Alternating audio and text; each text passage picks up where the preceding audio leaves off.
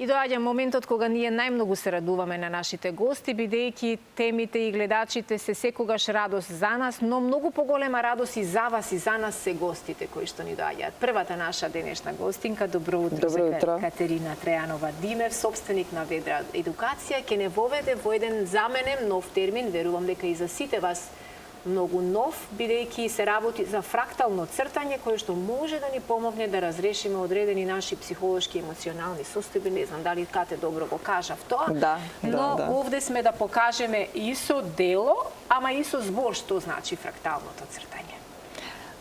Да се представам, јас сум Катерина Трајанова Димев, сертифициран тренер по фрактално цртање од Видео Академија Загреб.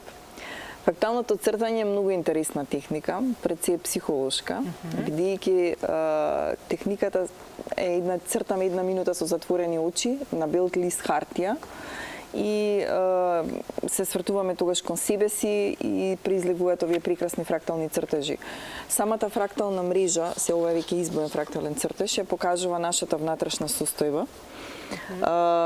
Додека цртаме со затворени очи, после тоа цртежот го боиме големите и средни пулиња со светли и неутрални бои, а малите пулиња со темни бои. Вака нацртаниот цртеж ја покажува нашата моментална психолошка состојба. Инаку, јас се запознав со фракталното цртање во 2024 година. Како дојде до ова фрактално цртање и што те натера? Дали беше тоа можеби нека информација која ја доби од некаде или универзумот ни праќа некогаш сигнали што треба? Па да, универзумот некогаш е чудесен, да. Минатата година во февруари месец 2024 година исконтактирав со професорката Мартина Косец-Реба во Загреб и се информирав за работилници онлайн кај низе и почнав да цртам фрактални цртежи со тоа што ќе го покажам, ова е мојот прв цртеж, која покажа нацртан е крајот на февруари, 27 февруари 2024 година и е хаотичен, мислам јас сега од овој аспект можам да кажам, бидејќи кога се црта иницијален цртеж, потоа цртижите ги праќаме на корекција кај професорката и после тоа се црта уште еден цртеж, се додека не се постигне тоа што треба. Помина доста време, ова е мојот меѓу последните цртежи, кој што покажува мојата сегашна ситуација, меѓутоа веќе го покажам и последниот цртеж мој. Ова е цртеж со триаголници. Инаку сега цртаме иницијален циклус од 21 цртеж.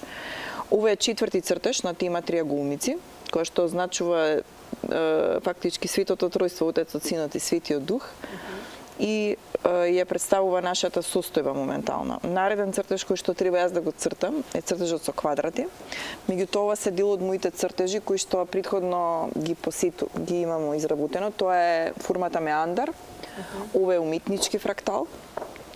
Ова е интересна техника, една ќе ви ја представам, да го видите невидливото во цртежот. Цртаме со затворени очи и потоа треба да ги најдеме формите. И по своја интуиција, тоа е креативен циклус, се црта се обележуваат формите. Наредно е исто интересно, лани учествував на сајмот на креативни индустрии, тоа беше прво представување на Ведра Едукација воопшто во јавноста и ова го нацрта една моја пријателка, една од организаторите која се вика Зоја. Фактички ова е еден вид на уметнички фрактал. Бидејќи основната мрежа треба да изгледа вака. Меѓутоа, по нејзино уверување, она го нацрта ова и ме предизвика да го протолкувам и го протолкував колку што можев. Јас сега одам на втор дел едукација, каде што можам да толкувам иницијален цртеж, меѓутоа целта на Ведра Едукација е креативно изразување преку цртежот. Сега веќе почнуваме со мојот маркетинг тим почнува со организација на платени работилници за фрактално цртање. Сега беше само маркетинг, меѓутоа ова за 8 март имаме пракса има. Сега веќе имаме пракса, да, за 8. Кој се може, 8 март го споменавме и факт е дека и ти во оваа доба од твојот живот почнуваш да учиш нешто ново, кое се сертифицираш и сакаш да го споделиш со. Можат ли возрастни луѓе, има ли лимити, граници, кои се може да... Да, извинете што ве прекинав. Фракталното цртање може да го претилува секој кој што може да држи моли во раката. Тоа е од деца од 6 години плюс, па нагоре возрастни лица, пензионери. Веќе во Босна и Херцеговина ние имаме една пријателка, колешка, која што веќе држи во клуб на пензионери часови по фрактално цртање. Тоа е одлична можност за возрастните лица да си го практикуваат ова и за нивен добробит. Арт-терапија. Да, иначе, да, фракталното цртање е еден вид на арт-терапија, бидејќи техниката потикнува од Русија. Познатата русинка Танзилија Полјахтова го има изумено ова техника, кој што се проширува понатака во Литва, кај Бригите Полескине. На нашите простори од 2011 никаде 2010 го има донесено професорката каде што учам Мартина Косец-Риба и професорката Деја Мук во Словенија. Потоа се шири на просторите на бивша Југославија. Какви техники се користат во фракталното цртање? Во фракталното цртање има неколку видови на техники. Основната техника е цртање на фракталната мрежа. Меѓутоа имаме повеќе видови на техники, имаме уметнички фрактали, цртање со затворени очи, цртање во една линија, цртање со лева и со десна рака. Например, ако доминантна рака ни е десната, цртаме со левата рака. Меѓутоа не мора секогаш да биде цртањето со затворени очи. Значи целта е да се изразиме ликовно преку цртежот. Бидејќи јас не сум ниту психолог, ниту педагог по професија, мене целта не ми е со видер едукација да го толкувам цртежот, меѓутоа да ја принесам техниката на сите категории. Така. Но како на кој начин можеме да ја процениме емотивната состојба на детето или возрастниот човек кој што го прави, го слика овој цртеж? Ова можеме да го изразиме преку цртежот. Јас првата работилница што ми беше одржана беше во детската градинка Орце Николов со деца од 6 години. И прво беше интересно додека се подготва децата, меѓутоа се излезе како што треба, убави цртежи направи, а некои цртежи беа вистински уметнички ремек дела. Втората работилница на видер едукација беше во училиштето Јахја Кемал со деца од втора оделенија. Исто црта фрактална мрежа, има македонски во албанска паралелка, децата направи одлични цртежи. Мене ми беше тоа тест период, да ви кажам искрено, бидејќи професор, тоа ми беше одбрана на проектот за да добиам сертификат. И професорката ме подготви убаво, затоа што не е ликовен педагог. И проектот беше успешен. После завршувањето на... Да, ова се и дел од тие работилници, фотографиите кои што ги гледаме. Првата работилница е во детската градинка Орце Николов. Ова е работилницата во училиштето приватно Јахја Кемал со ученици од втора оделенија. Ова е на сајмот за креативни индустрии, првото моје представување, каде што одлично поминавме и тука доста и дел од деца дојде од училиште, од основните училишта во општина Центар.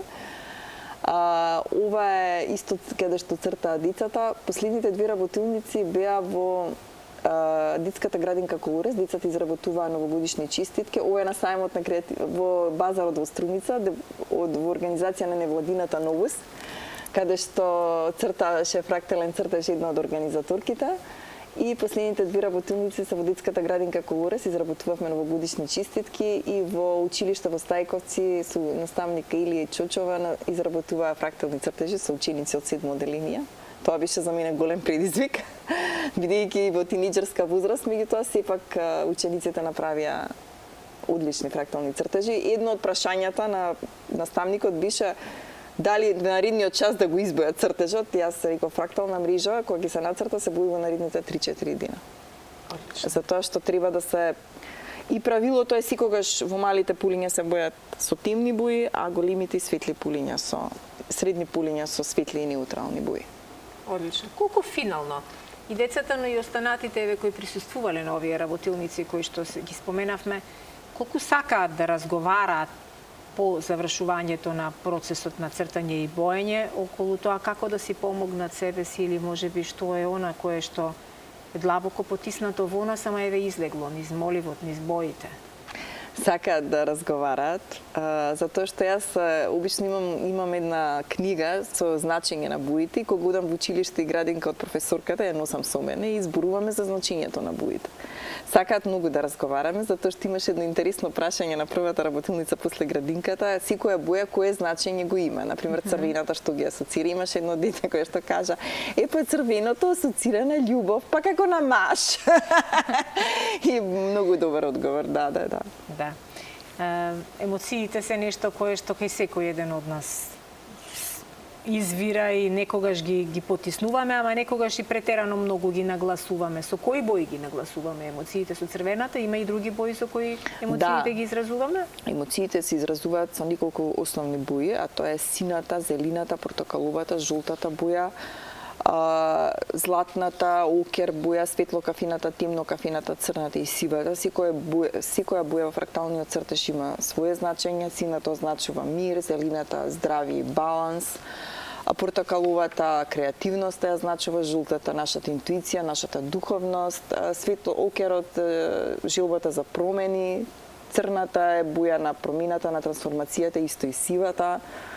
И тоа е генерално за основните бои. Одлично.